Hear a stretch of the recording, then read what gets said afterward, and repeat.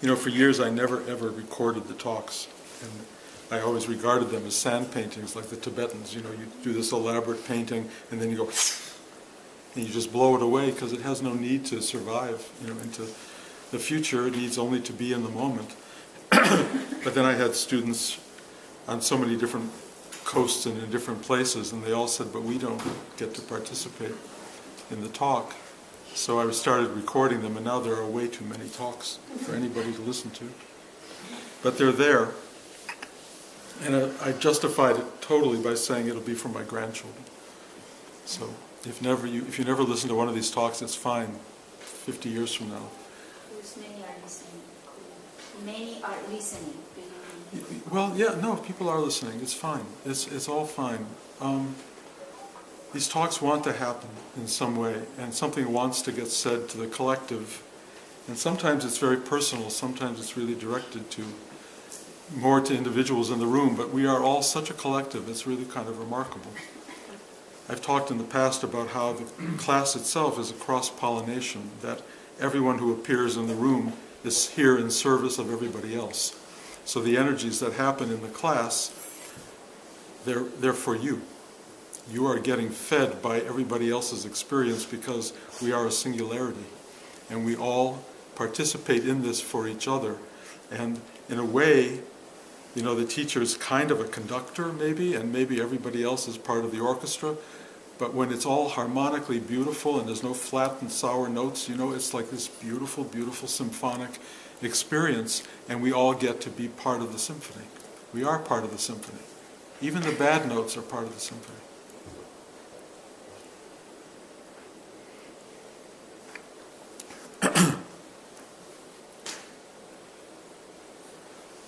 Somebody said to me recently, a really interesting line. I may have talked about it already, but I think it's important.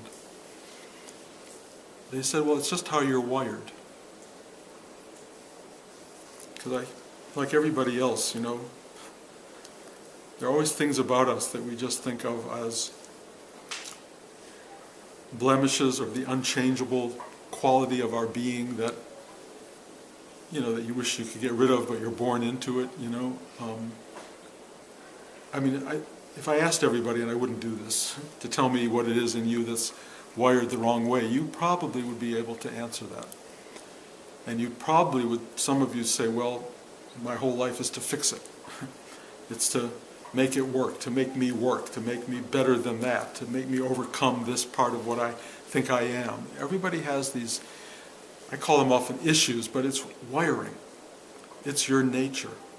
It's, in some ways, your personality. And some of you have less than stellar personalities. Not going to point out anybody. Some of you have exquisite aspect that you're stuck in. You're wonderful.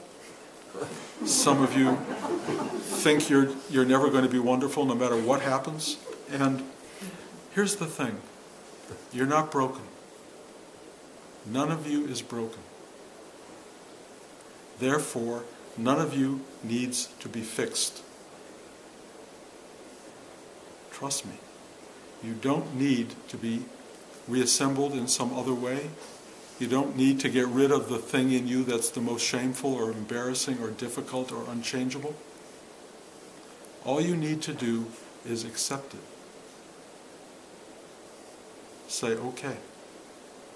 That's hard work, actually, as most of you know, because I've dealt with many of you for years, and I can see the same resistance to that coming up over and over and over. You don't want to change your self-misery, your unhappiness, your sense of whatever, failure or loss or something that happened to you when you were 10 years old or whatever. You all have these things, and because you're in battlement mode with all of them, or with some of them, you get locked into and stuck in a particular phase of your life. And I had an experience today. It was very strong. I could look at you and I could almost count how many lives it's going to take for you to get past your bullshit. And it was sad, because you can get rid of it right this minute. But I actually saw how deeply immersed you were in your thing, and how embattled you were, and how you were determined not to fix it, not to get through it, to be in broken mode. And if I could stay in this mode, at least I know who I am. This is me, the broken person. Yes, yes. And you don't have to fix it. Yes, true. But you have to accept it. And what you really, I hate to use the word need, because need is not exactly the word, but it's kind of what I'm getting at. In some ideal space, you will go dive so deeply into yourself that you will discover that this ocean of being within you, this ocean of love and self-caring and comforting, is so big that up here on the little surface of your mind, the problems that you have are meaningless. They're so tiny. Yes, it's who you are. Yes, you are hardwired to be this person. You were born into this family, whatever family you got, with its financial problems or its financial excesses, with their mother problems and father problems and sister and brother problems and uncle and aunt problems and all of this stuff, or the beneficiaries of all of these forces. You're born into that. It's yours. How are you going to fix it? You can't fix it. You're going to get another parent? Well, next lifetime. And trust me, it won't be any better than the one before. One thing that seems guaranteed to me is you will keep attracting the same thing over and over and over until you get it right. And what does it mean to get it right? It's to realize that there is no right. The right is what is. Once you go, I get it. Once you find this almost nostalgic, sentimental place inside you that goes, that was my mom, that was my dad, that's the way they were. That's the life they were born into. They were not responsible for the problem. It goes on and on. It ripples out, and what you start to experience is a kind of, it couldn't have been otherwise. And something happens inside you that starts to go, okay, I can be this incomplete, broken quantity if you want. But once I accept it, you realize that it was exactly as it should have been. This is how it has to be. This is the very picture of what needs to be turned into an awakened being. You can do some minor repair work on your unbroken nature. You can stop whatever the habits are that are causing you to stay unconscious. You can stop them. Rudy would say spiritual life starts with making your bed in the morning. If you get up and you don't make your bed in the morning, make it. Because the sloppiness of not making your bed in the morning runs through your entire day, I will guarantee it. It's just make your bed. If you are, there's a litany of things, taking too much Tylenol, if you're drinking too much, if you are, the list goes on, and I don't want to enumerate the list, but if you are doing stuff to excess, if you're not in the middle path that Buddha recommended to us all, if you are too much or too little, bring yourself back to the center. That takes some discipline, it takes some work, it takes some effort, but it's a worthy thing to do. When you are in the center, you can really live a very expansive life. When you are off on the edges, it's contracted, it's squeezed by the edges. You want to live in the center, which ultimately is a very big space. Get your life in order. That was one of the great teachings of Rudy. He saw so many of us who have really failed at the basic tenets of being a person. We didn't know how to address another person properly or well, how to look them in the eye, how to love somebody. We didn't know how to hammer a nail. We didn't know how to sweep the floor, literally. Rudy used to give us assignments like take out the garbage. You, take out the garbage. And I remember after about a year of this, I said, oh my God, it's an honor. I'm taking out the garbage. I would try to jump to the front of the line because I knew taking out the garbage was, in a certain sense, a metaphysical experience, because the garbage had to go and someone had to do it, and it was the collective garbage of everybody in the room, and I assumed that duty often. And I learned from it, and I grew from it. I've told you many times, my dad would say, help me mow the lawn, and I would say no. Or I would mow half the lawn and say, I can't do anymore, I'm too tired. Or whatever it was that one does when one is a teenager. And Rudy made me mow the lawn, not literally, figuratively. He made me do all the work that I had ceased to do when my dad asked for it. I was making up for lost time. I had to go in and pick up the pieces. I really believe in that. It's important. You get yourself to enough of a middle space that you can go, okay, I'm a good enough person. I'm good enough. If you're in the situation of having to be the best person, you're trapped, because you'll never get there. What is the best person? Who is that? How can you ever truly achieve that? Or how can you achieve becoming not the worst person? Because I know a lot of people, and some are sitting here, who think they're the worst person, or one of the worst people, or they really condemn themselves hourly for one failure after another after another. Do you know how many lifetimes it takes to get past that? More than you want to count. Assuming there are lifetimes. I'm not trying to put this out there as a given, because truly my knowledge base has collapsed. I have no idea how much one has to go through ultimately to finally rid oneself of one's unbelievable ignorance, stupidity. It's part of the human condition. We repeat the same stupid cycles over and over and over. Here is an opportunity, here and now, to stop that. To say enough. Enough. I want to change. And when you start to say, I want to change, and you take it from a want to a wish to a need, from head to heart to gut, you start to actually manifest transformation, and you start to become someone who functions better in life. You live better. You live more solidly. You live and construct and build. You know, I had a very successful life. Why? Because Rudy taught me how to have a successful life. He told me what to do. You know, does it carry it to my grave? You have no idea how fast it evaporates. You know, I was somebody. I'm very happy to have been a was somebody. You know, I don't need my past tense. But Rudy taught me how to build something that had a kind of duration. I was able to put things into the world that will live long beyond my being here. That is a gift of Rudy. It's a gift from where Rudy expresses his energy. That energy is the universe. It's available to everybody. You can put something forth into the universe that will live beyond you. It does not have to be a movie. It doesn't have to be a book. It doesn't have to be a piece of art or a music composition. It can be a way you hug somebody one day that rippled out into the world and changed several lives. You will never know. I never know who's watching my movies. Who knows? They might be on Netflix or picking it up where we can't get them at the corner store anymore. But there are people who are having impact from something that got put out there. Do I sit down and go, wow, I'm so great, I'm doing this? Never. Never. Why? Because I don't have a clue. All I know is I did the work.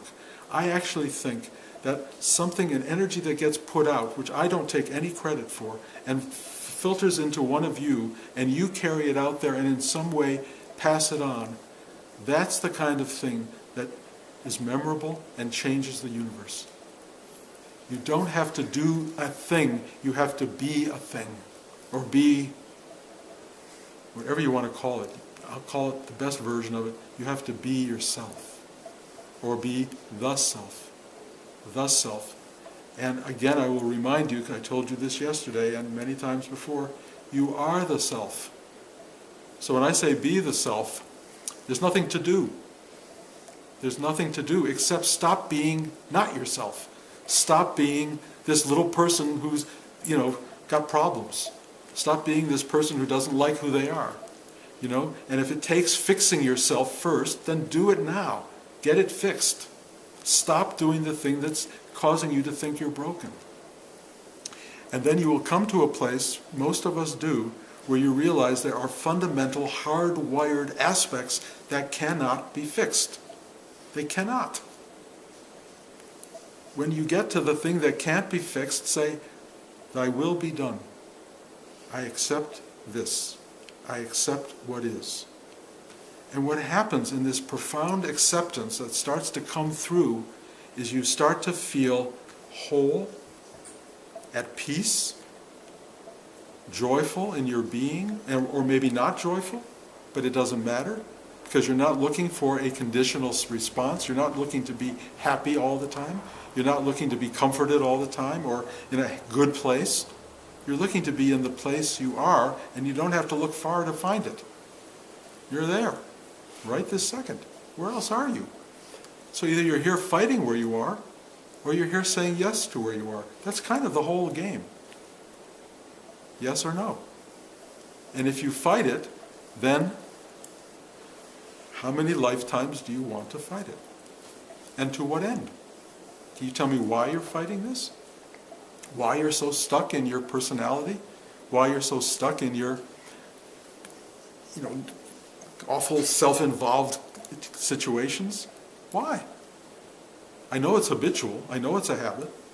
We should all be in AA probably, whatever AA is for your particular thing.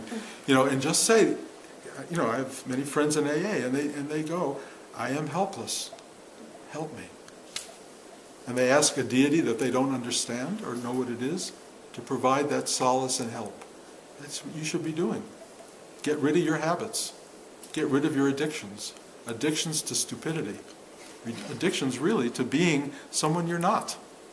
Someone you were once, but you keep reinforcing. Why do you reinforce this crazy thing over and over and over? And I can talk about dialogues I've had with many of you who I've known, and those of you I don't know, I'm sure we would have the same dialogue. Your bullshit keeps coming up over and over, and I keep going, "Oh my God, here it goes again." It's the same old, same old, same old. And you go, but here we're talking meditation, we're talking going deep, we're talking release and freedom and liberation. What are you getting? I get 20 minutes of liberated space with somebody, and it's really beautiful. After class, I'm telling you, I'm hugging liberated people. And 10 minutes later, completely gone. It's like it never happened. Like this class was an absolute, just another, like watching a TV show. Oh, that was so good. And then you're on to the next misery. It doesn't have to be like that. It just doesn't. It's your choice. It's completely your choice. And what I can tell you, and I have been saying it a lot, is there's an ego-minded being that you are, and then there's the ocean of being that is your true self. Why are you stuck in the ego? Why are you stuck in this little tiny nothing that's hardwired to be what it is? Why? What's the stuckness? Why are you so committed to being this incomplete, and in some ways, I'll be honest, awful person? Trust me, if I had to be in a room with any of you for 3 hours, well, maybe let's say 3 days, I would go out of my mind. So would you, and including being in a room with me. Because we are so constructed that we do not exchange ourselves with others easily. I have often said we're not meant for two people to live together ever. We do not fit properly. If it wasn't for sex, there would be no fitting at all. We're always abrasive. We're always at each other. And we go, "Oh, I love you, I love you. Oh, forgive me, I didn't mean to do that," which is wonderful. But mostly we're up against each other, and we're part of the problem with each other. Spirituality allows you to go really deep and find this exquisitely open and available space that basically speaks its truth, is very honest, that undoes tension, that undoes abrasive behavior, says, "Forgive me, please," says, "Thank you," says, "Help me," says, "I love you," says, "I'm not happy right now, this is not a good time." Whatever that thing is, you find the place that's real in yourself. That real place in you is not a story that you're telling yourself. It comes through as absolute present tense honesty. I hardly ever see that in people. I see it mostly in this group, to be honest, and luckily I have other groups with the same thing. There are people who come to me and they get broken down into their deeper self, and we sit around and we just share, and we just talk, and we kind of bask in this exquisite acknowledgement of our singular reality. It's the most beautiful thing in the world. Nothing is better. We're sort of doing it here, except, there's this guy Bruce sitting here who's kind of running the show right now. But really, when we all sit around the table, there's a sense of community. And that sense of community gives an indication of what life on earth could be. Life on earth is paradise lost for most people. It's so easy to get to the beauty of being. It's so easy. And yet, what is wrong with people? What is wrong with people? Cheryl, I don't want to bring you up specifically, but why did you have to go lock your car? That's really a big question for me. And it hit me like, you said I'm still in New York, or you're not still in New York, or you're up in Big Indian. You don't need to lock your car in Big Indian. And I don't mean to single you out, but that's a really important point. It goes toward everybody. What is wrong with us? That we have to live with our old conditioning when we can start to free ourselves of that shit. If we don't do it, then it's our fault. And then I'm telling you, I'm looking at you and I'm going, 14 lifetimes, 10,000 lifetimes, one lifetime, maybe this lifetime, maybe this lifetime. It could be this lifetime for everybody. It could be today. It could be now. It's so available. It's so available. And the thing in you that gets stuck in not doing that. And I mean, a lot of you don't even know what I'm talking about. What do I do? What do I do? Well, you don't do very much of anything. You just done. Let go. Let go. Rudy says, surrender. Let go. And he was very specific. You don't say, I'll surrender this, surrender that, and surrender that, but never this. That's not the answer. You can't hold on to any pocket and say that part isn't going to be surrendered, because that's the part that's going to take 10 more lifetimes. And they will. They'll work it through. And they'll grind it. And here's the worst part of 10 more lifetimes. Trust me. The worst part is that if you're not freeing yourself of karma, you're building it. So suddenly that 10 more lifetimes starts to go 100 lifetimes, 400 lifetimes, 800 lifetimes. In this lifetime. You build it. There are people, horrible, horrible people on this planet who are building hundreds of thousands of millions of lifetimes to undo all the damage that they have done to others. I think it works that way. They too could be free like that, except karmic knottedness is so deep and intense that almost nothing can break them through. Maybe the Gordian knot can go like that, which would be wonderful. I think it can happen, but mostly it doesn't happen. It doesn't happen because we can't undo this thing. And so I sit here in this class and I look at every one of you and I go right to the knot, right to the problem area.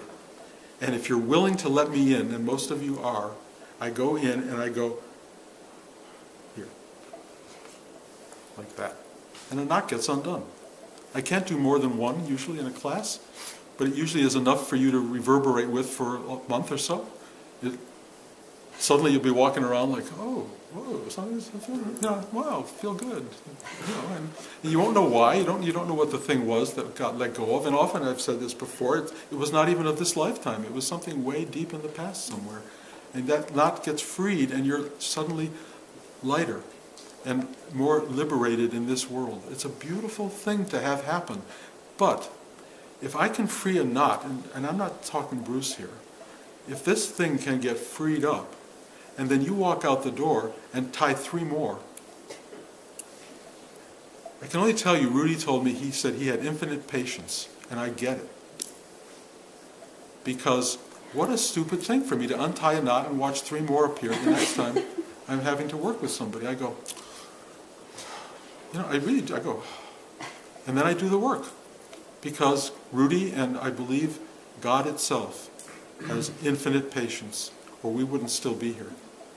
It also has infinite love. And I cannot express how lucky I feel and how grateful to be a witness to and a purveyor of love that is universal, unconditional, and absolute.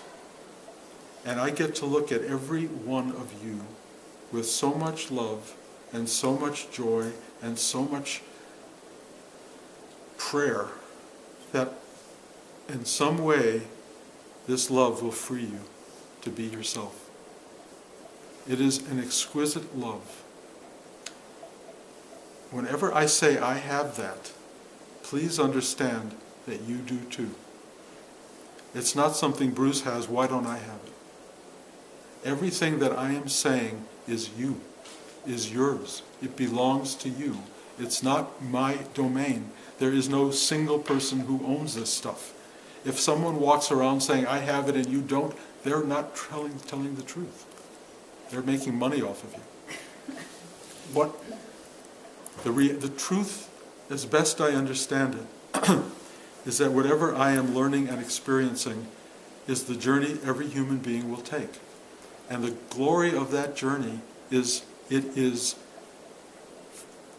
based in love, it is wildly expansive, it is not containable, it has infinite eternal aspect, it is the essence of what we call beauty and truth, it is joyful beyond understanding, but it also contains sadness, suffering, grief, difficulty, all that stuff. It's all in it, and it's so big. And all you can do is bow down, in a sense, lay down in it, be carried by it, and see what happens. I sense myself every day falling into nothingness, falling into the unknown. Almost every step is a falling into the unknown, and the miracle is I am caught. Every step I am caught. So are you. You wouldn't be sitting here, you wouldn't be walking here, you wouldn't be alive if you weren't being caught all the time. The blessing in each of your lives is exquisite, and I can look in each of your eyes and see how you're blessed. Every single person here is blessed. And it doesn't only happen in this room. I see it everywhere. But I also see how far people are from knowing that. And I can literally see it. This person has no awareness of the blessing of their being. And I used to talk a lot about when we had records at, the 33 and 3rd RPM or whatever, and you played a record. I guess you could do it with a, cassette, whatever. What are they called now? Digital thing. You CD. You play a song, and you get to the end of the song, and you realize you didn't hear it. You were, I just missed that song. Play that song again. And put the arm back at the beginning or turn it on again. You miss the song. So many people get to the end of their life and they miss the song. They missed the entire thing. They were so preoccupied with, I got to get this done, I got to do that. Why don't they like me? Why didn't that happen? Why didn't they give me this?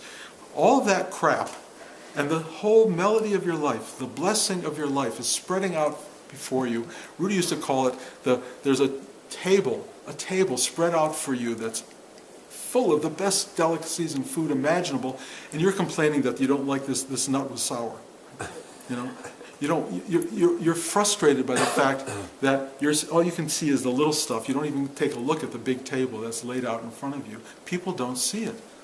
All this meditation wants to do, all of this diving deep inside yourself wants to do, is to introduce you to the ocean of your true nature and help you start to live in a place that is free of this little tiny preoccupied ego-minded thing that the world needs, that is not broken, that is wired to function in a particular way for the sake of the world that's being built around us. Your purposeful existence is real, but you are not that ego, or not limited to that ego. You are all there is. And in that all that is, you are caught, supported, embraced, nurtured, loved, given, and it's bigger than you can imagine. And if you don't feel it all in your life, if your life is truly suffering, if you really have been given true suffering, you will at some point hopefully learn to go deep enough to see that even that was a blessing. Even that was a blessing. You look at the people who really have problems in the world, the real difficulties, and you see two different things. You see those who, you in a way smile through it, and we kind of honor them, and those who complain the whole ride. Your choice. You can be one of those people or not. You can be the person you want to be. You can be as free as you want to be, and you can make that choice now. If you are choosing to be broken and unhappy and unsatisfied and listening to these talks and going, oh my God, I'll never get there, I don't understand it. If you want to be that person, God bless. Be it. It's not the worst ride in the world. You're still alive. You still get to, eat ice cream once in a while. You still get to, drive up to Big Indian and look at some beautiful scenery. You still get all this stuff. It's kind of wonderful. You still get everything. On the other hand, how much of you appreciates it? But it's all for you. Trust me, this is a big deal. It's all for you. The whole universe exists for you. What are you going to do with that? Your call. So, look at your hardwiring. Stop fighting it. Embrace it. Celebrate it. Acknowledge it. And then dive deep in your meditation into the ocean of love and existence, and let that be the place that you live from, that supports you, that carries you, and ultimately you will know beyond a shadow of a doubt that this little ego mind is in fact one with all there is. And when that happens for you in the absolute awakening, the gratitude will be unending, and you will live a life of prayerful, joyful, grateful acknowledgement of what you've been given. And again, it's not like you're being given it because you already have it. So it's really about what you've realized. And that's what we're here for. That's what these talks are about. That's what you're hearing.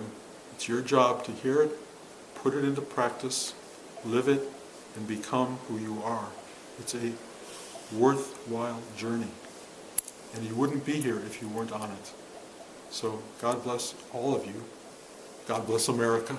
And I mean that, because we wouldn't be sitting like this if it wasn't for America and having been born into an unbelievably free space in a world, for all of its difficulties, that actually allows for the shadow side of our lives to come up and visibly, we get to see the darkness in our lives as well as the light. This is an extraordinary country, and we're sitting here because of it. Gratitude is everything. Feel it, and please take advantage of this lifetime.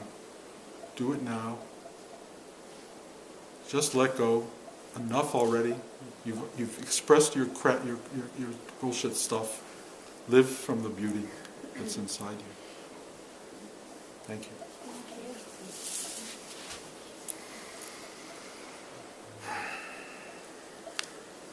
Any questions? I want to add one thing to what you said about before. I was in high school, and we had this math teacher who was the most fun guy you ever want to see. He made math so much fun. He'd jump around, this and that. But he had this digit. I think he was missing one or two digits on a finger here. And I went out of the classroom, and I said to the young girl there, and I said, "Isn't he great? Isn't he a lot of fun? Isn't that wonderful?" She goes, "But his finger, she couldn't stop looking at the finger the whole time." But that's it. That's exactly it. It's the focus. Where do you put your attention? And most of us put our attention on the hardwired thing we can't do anything about. Your problem, not his. George. Give a metaphor about one thing. Years ago, after my brother died, after his service, I took a bunch of cousins and everything down in Florida, Miami Beach, to a big buffet. And I think you can't get a bigger buffet. So we're all sitting around, everybody ate. food is really good, it was mama's style food. And people were saying, like some of my cousins, there's no dessert. So I went to pay the bill, and in another room around the corner, and there's a whole room of desserts. You know, so sometimes you have to look somewhere else. Yeah, You yeah. don't get what you really want. And Yeah. you don't know how to do that. So. No, it's true. No, when you keep going around the same circle and say, why isn't it otherwise? Yeah, stop going around the circle and do something else. I mean, just the idea when people go home the same way every time, you know? Why, you don't have to do that. You can actually take a different route. There's endless opportunities. One other thing, about taking the garbage out. Everybody has an opportunity because we borrowed all these wooden chairs from the dining hall and we need to take them back. So you can do the good karma thing and help do that. Right. We have some stuff to talk about after, but let me finish the questions. I feel like this is going to be a little like playing Karnak. Mr. Jordy answered my questions, but I want to ask it anyway. How do you know the difference between, it has to do with the surrendering, and also creating or making your life or shaping your life? How do you know the difference between when it's time to really just surrender and let go, or also build and push forward to shape that life? Which again, I think you answered it very well in your talk. Well, maybe, and I have no idea what I said. So all I can tell you is you don't always know, and there's different ways of knowing. You can know from your mind, you can know from your heart, you can know from your gut. Something needs to change, something needs to be accepted, and there's a place inside you that gets that. There really is, and the deeper you go, the more it really is clarified. Something in you goes, I have to make this different. And something in you goes, sit back and enjoy the show. It's really the level of knowledge within us, the level of instruction, the level of planning in a sense that comes out of our psyche is so powerful. I knew from the age of 5 I was supposed to be in the entertainment business. I knew it. It wasn't, the idea that I would do anything else ever was like beyond me. That's what I was about, and I followed that out. Why was it there at 5? I have no idea. I know people who have, at the age of 30, still no idea what they're supposed to be doing at all. And my advice to them is do anything. Just pick something. And if you don't like that thing, you'll go to the next, and maybe one day you'll go, oh, this is what I like, or this is what I should have been doing. It's a finding. It's all finding. Some people are directed. Some people are left on their own to sort of figure it out. Whatever you find, that's your thing. Sometimes it's a search, sometimes it's a given. You just don't know. When I write screenplays, there are screenplays that are absolutely handed down and I take dictation, and there are screenplays where they give me one idea and say, you're on your own. And on those it's been really interesting because when I get toward the end and I go, oh my God, where's this going? The ending comes. And they wanted me to do all the middle work. I had to do everything except get the idea and finish it. And then there are others where I'm totally on my own. Totally. And they're never as good. Ever.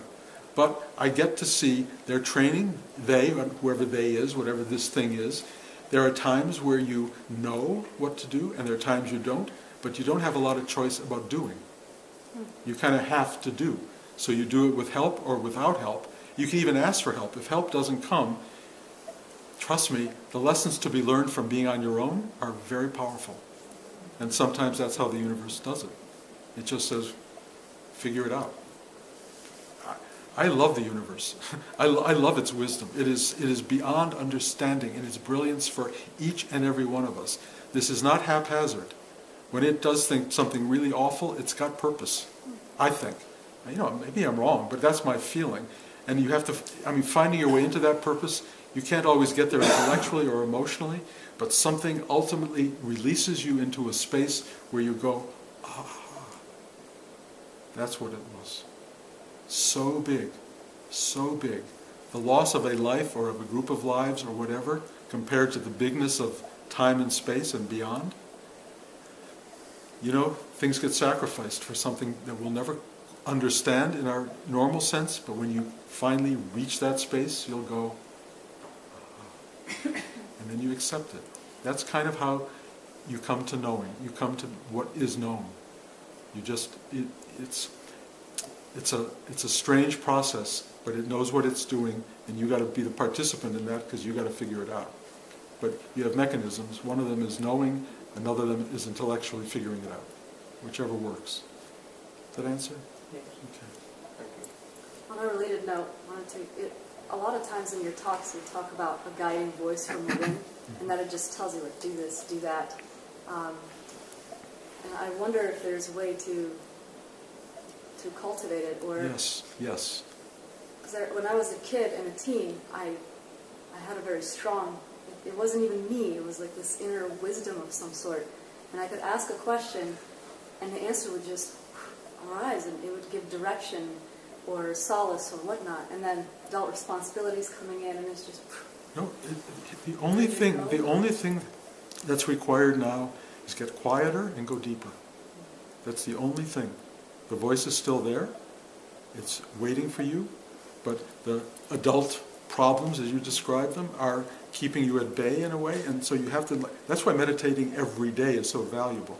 You know, during my entire career, and I was, directing movies and writing movies and raising children and, going shopping and helping get the kids to the school and do all that stuff. I sat every day. And that everydayness allowed me to have a guiding voice, if you will. Allowed me to have some sense of do this, do that. And I needed that. And that's really important. Sitting still, going deep, this thing will direct you. If you don't do it, you'll make a lot of messes, you'll get in a lot of trouble, and then you have to really pray to have help because you've messed your life up so badly. But you don't have to get to that point. But if you are at that point, it's the same answer. Sit still, go deeper, and let this thing inform you, because it will. If it doesn't direct you, it's because you can still figure it out on your own. And if it does direct you, it's because it needs to intercede in your life. But it will, and it does.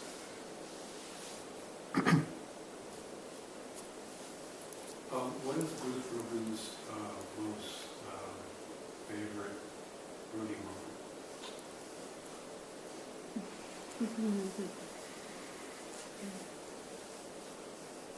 Wow.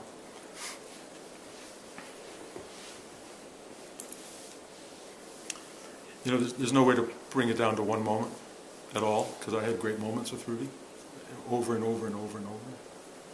He was,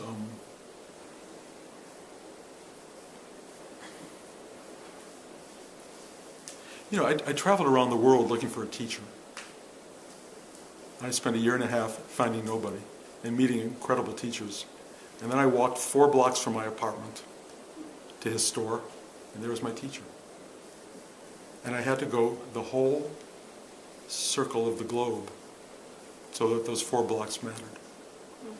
That was really powerful. Being with him at any given moment was absolutely exquisite to me. I mean, really exquisite, terrifying sometimes.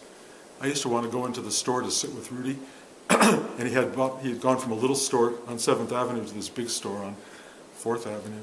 And the store on 7th Avenue was like 3 steps to his desk, but on 4th Avenue it felt like half a mile. He was sat very deep in the store. And I would go to the door and I would be so nervous and so afraid I would walk around the block to get the energy to walk what I call the gangplank between me and his desk.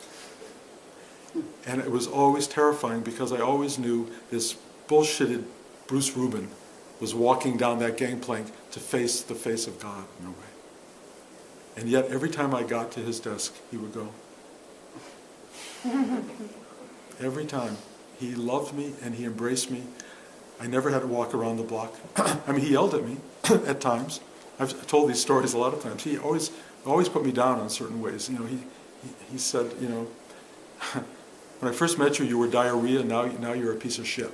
He said, congratulations. He basically said, you're a solid turd. And those were beautiful, beautiful moments.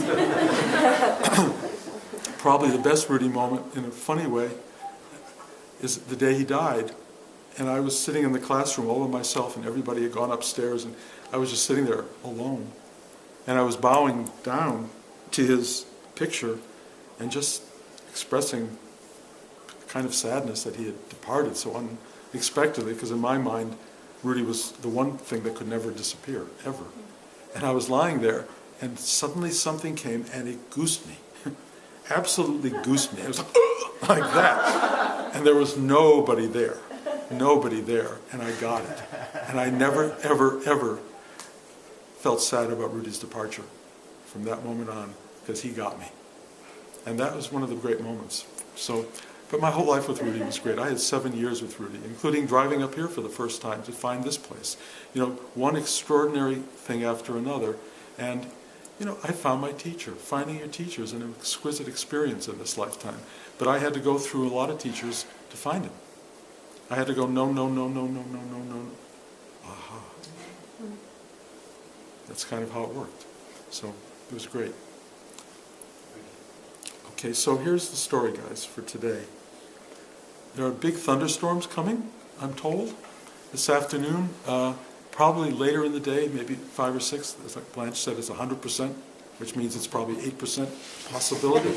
On the other hand, I'm thinking for this afternoon, rather than have exactly a normal class, I mean, I may do the class, but those of you who want to leave early to avoid thunder and lightning and whatever else might come, please feel free. Take off, you know, you can have lunch and go and avoid the stuff. I will come back here at 3 and I will do something, you know, teach, and maybe I think questions and answers, if anybody has questions and answers, and if there are no questions and answers, then we'll just have everybody leave early. But I think that's kind of how we'll do today. And I want to, just before I do one last thing, thank you all for really literally making this possible. Your presence here is everything. This doesn't flow out if there isn't that which wants to receive. You are the reason this class happens. You are the reason that this energy wants to be here. So thank you, because without you, individually, this collective thing doesn't take place. So I really do thank you deeply for each of your presence. And as I've said before, in our collective sense, we are each essential to what happens in this class. If one of you walked out of the room, it would be a different class. We feed and nurture one another. We are a totality. And thank you for being one with that totality. So we're going to be back here, other than this afternoon, in October, the weekend of October 8th. We'll be back here. Anybody who wants to be here is welcome to be here. I know the Denton guys will not probably be here in October, but trust me, you will be missed. And it's just a quick word to the Denton people. You guys have really brought some amazing light into this room, and youth and vigor, which I'm very excited by, and your work ethic and everything that Silva Ra has taught you has been absolutely exquisite to witness, and you should be very pleased by the efforts that you make in yourself and as a group, because it's been a joy to get to know you. So I told Silva Ra that he could give a talk for a moment about the stupa, the Rudy Stupa up here, and this is why the whole group from Denton is here. They're all fixing and repairing the stupa, so I'd love you to take the seat and continue the talk.